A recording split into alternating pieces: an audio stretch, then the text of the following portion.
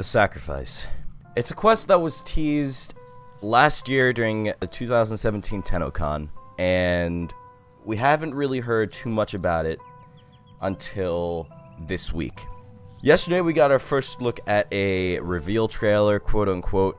Basically a little teaser about what's to come in this quest, and what we can expect, what kind of atmosphere this quest is going to be setting. All I can really say is this atmosphere looks interesting. Now, a lot of people are asking exactly what this quest can mean. What can Warframe even do? What can DE even do with us at this point? And I'm not saying I 100% know. This is all speculation. We don't know until the quest actually comes out. But I have a pretty good idea from all the hints that they've dropped and all the material that they've put out. So what I want to do in this video is go over exactly what we have, what kind of material we have, and what kind of clues we can draw based on what we have been given already. So join me in this journey as I try and decode the Sacrifice. So I came over here into this Lewis scene for a specific reason, and I'll explain that in a little bit. But first off, I want to touch on something that does and doesn't have to do with this. The very first thing that we saw of the Sacrifice was an image of what looks like Excalibur extending one arm out, and it looks like some nodes or some lines are connecting to nodes on his extended arm, and you can see that on the screen right now. So this can mean a lot of different things, and my Discord has been going crazy about it. I have a lore chat in Discord. Ever since this trailer came out, we have just been constantly talking about what this could mean, what this could be, and we're not sure if we came to a conclusion, but this is basically a collection of what they have been saying and what I have been thinking. So with the Sacrifice, you see Excalibur's arm extended outwards and a bunch of nodes connected to his arm. What could that mean? That can mean several different things. One, it could mean that we're doing something to our Warframes. The Warframes are a significant part of the Sacrifice, and it could be that we're sacrificing our Warframe, or the Warframes sacrifice something themselves in order to become Warframes. That was a theory that I've had for a long time.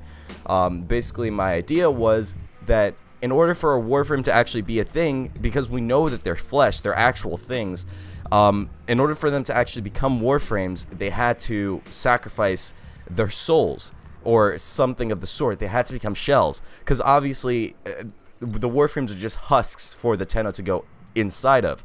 So one thing that I was thinking was that the Warframes were actually living things. They were beings, but they were modified, and stuff was added onto them by the Orokin, and the Orokin has a big part in this quest. I can 100% tell, and I'll explain that in a little bit as well.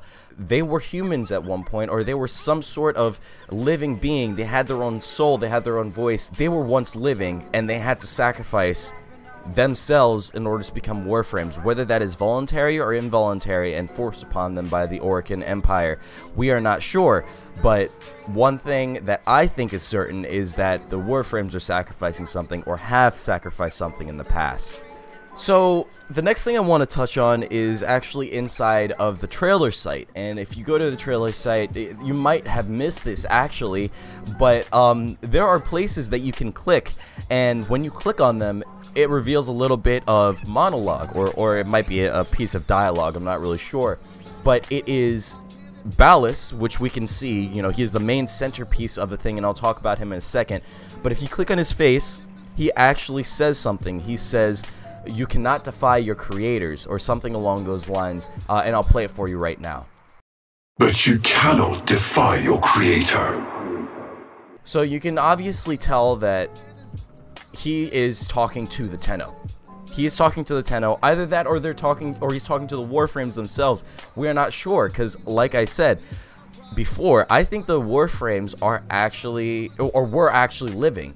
I think the Warframes were actually living. I think they were real beings, and they had to sacrifice something, and they were created or modified by the Orokin. So he could be talking to the Warframes directly as well. Another thing is if you click on the on his right shoulder, right above his right shoulder, you should see a little branch or a little tree.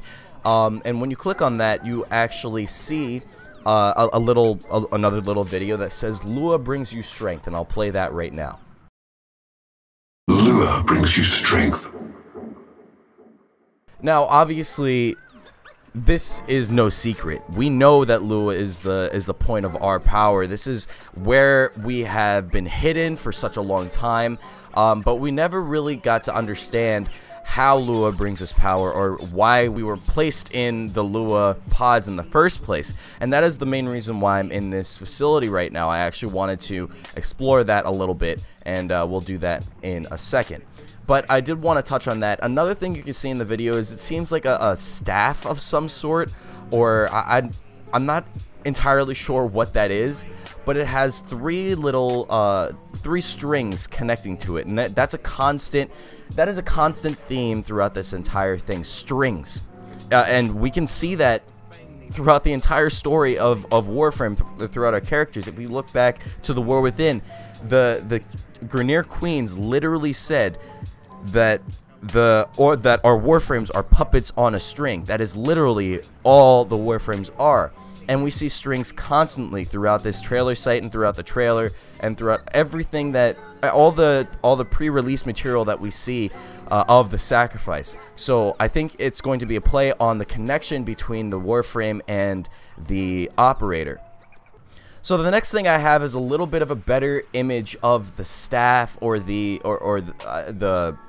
branch. I don't really know what it is, but obviously it will have a big part in this quest. And I'll throw that up on the screen right now. I'm sorry for the quality, but this is the best I can get. This is actually someone in my Discord grabbed this image for me. So thank you to Akuma in my Discord. You're the one who posted it first. Thank you for that information. That was really good. He got this from the trailer. So as you can tell, this thing is definitely an Orokin piece, but as for what it does, we don't know. In the last image, we had strings connecting to it, so maybe that's the way that the Tenno actually connect to the Warframes. They have to go through this piece first. It's all a shot in the dark right now, unless we get some more information. The next piece that I want to show you is another thing from the trailer, and this was also given by Akuma in my Discord, is this. And what it looks like is, it seems like Warframe pods. I think this is where the Warframes are kept. This is just where they were born, or this might be where they were sacrificed. You understand what I mean? So the next thing I want to touch on is the text that are surrounding Ballast on the trailer site. It has actually been translated for us by somebody. I'm not really sure where. It was somebody on Reddit. This has actually helped out a lot in trying to discover what this quest is going to be about, or give us some more information about what this quest is going to be about. So the text that we have is sentient, awaken, hybrid, another awaken, test subject, sentient, another awaken, and Helminth.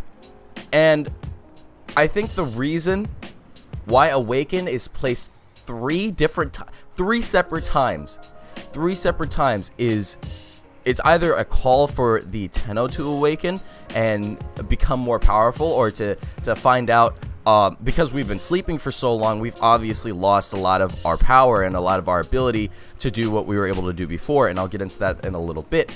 But this also could be a call on to the Warframes to wake up, because if you remember way back to the War Within, or not to the War Within, to the Second Dream, if you think about that quest, at the very, very end, the Warframe was able to act on their own. So it might be a call for the Warframes to awaken separate to our consciousness, if that makes sense. Another thing is you see sentient twice.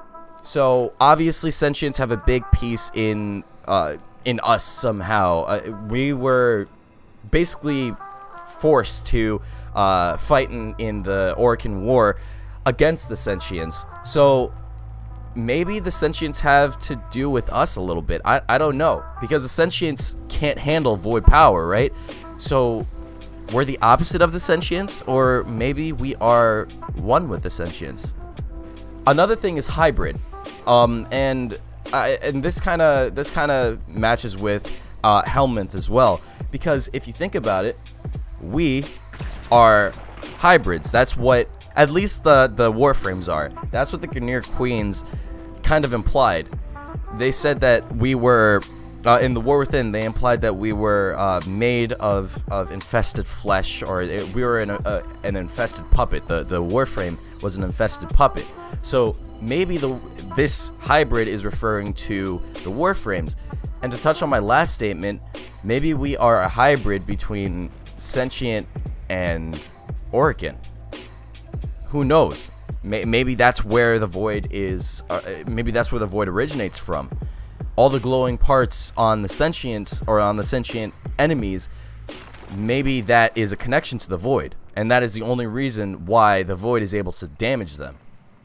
Another thing I want to bring up is Ballas. Ballas is obviously going to be a big part in this quest, obviously. And one thing I kind of want to understand, honestly, I don't even understand it myself, and maybe you guys can kind of speculate in the comments. This is really a video, a comment heavy video. You really need to post your information and like post your ideas in the comments, because I want to bounce ideas off of you guys.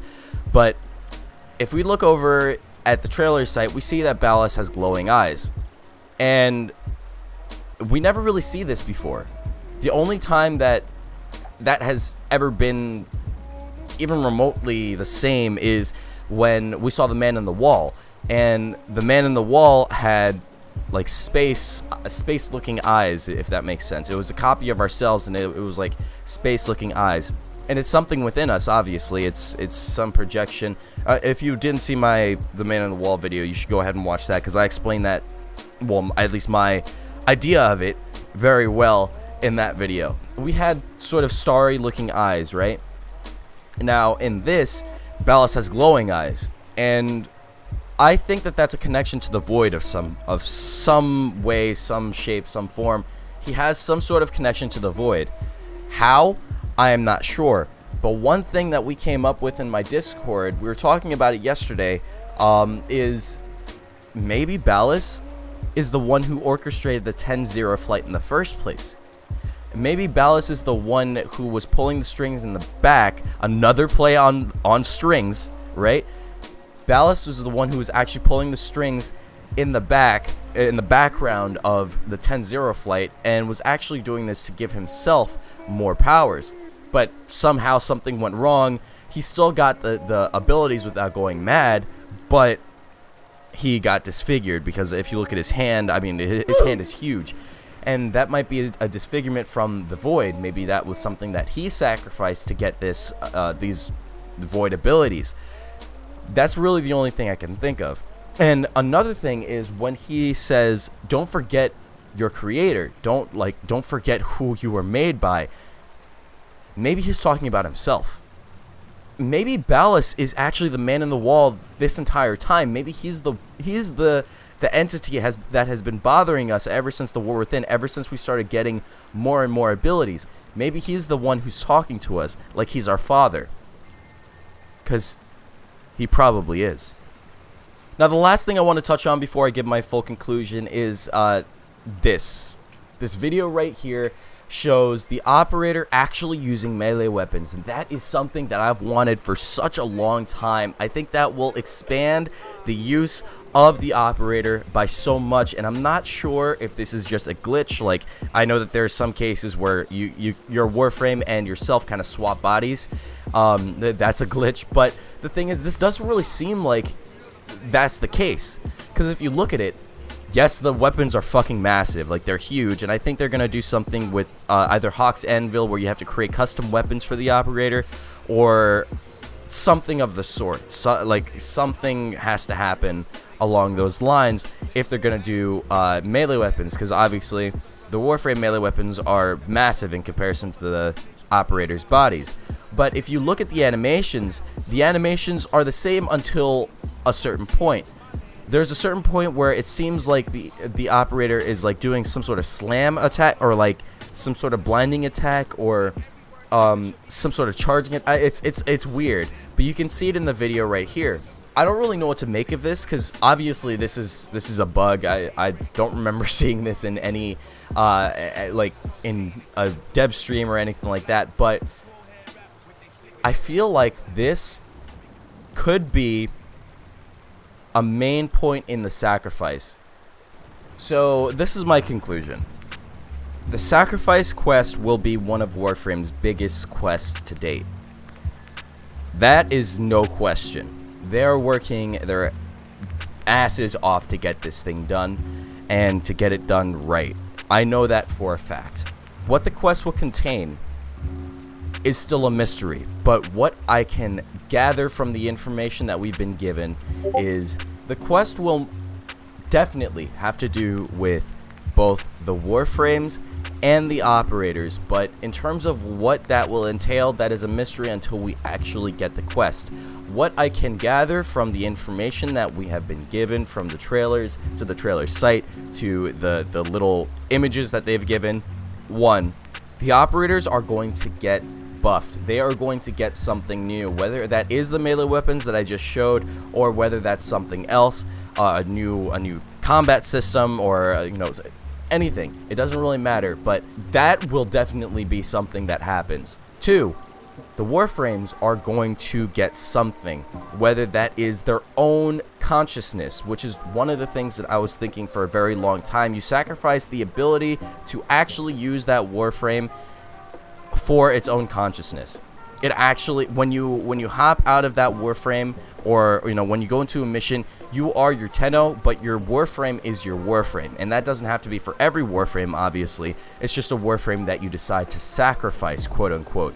You're sacrificing the ability to use the Warframe for the functionality of it being its own AI, for it being its own being, for it having its own consciousness. Maybe you're giving back its original consciousness and having it fight by your side, kind of like a pet, you know, kind of like a companion, but much better. 3, Ballas is going to be huge in this quest, and I think that he is the man on the wall. He is the one who has been talking to us this entire time and trying to manipulate us in order to follow his agenda. Whatever that might be, that is a complete mystery. Whatever his agenda is, that is 100% a mystery, but we do know that he is going to be a major part of this quest. And 4, I didn't talk about Umbra in this video, but obviously Umbra is going to be in this quest somehow, whether that is in order to actually have your Warframe as a companion, you need to he needs to become an Umbra frame, or he or she needs to become an Umbra frame, or whatever that may be. Umbra is going to be a major part of this quest, hands down. Well, guys, thank you so much for making it to the end of this video. I hope you enjoyed. If you did, go ahead and leave a like down below. It'll really help out the channel. And if you're new, go ahead and subscribe, and make sure you hit that bell so that you never miss a video, because subscribing doesn't really matter anymore, apparently. So make sure you hit that bell so that you never miss a video. I don't really post as often as I used to, but I think once the sacrifice comes out, I'll definitely have a lot more content to post on, and a lot more speculation videos and videos about the operator and stuff like that. So when that comes, make sure you're watching the channel. Other than that, make sure you guys leave a comment down below. That is the most important part.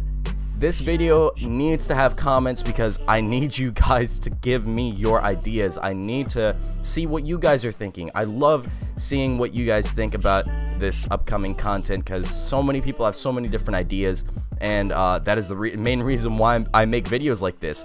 If you are not in my Discord, make sure you join and hop in the lore chat, talk about what's coming, and you know, just converse with the people in there. We've got a lot of lore heads in there, so let's chat it up. Let's see what's going on. And other than that, that's it for me today. I hope you guys enjoyed the video. I'll see you in the next one. Peace.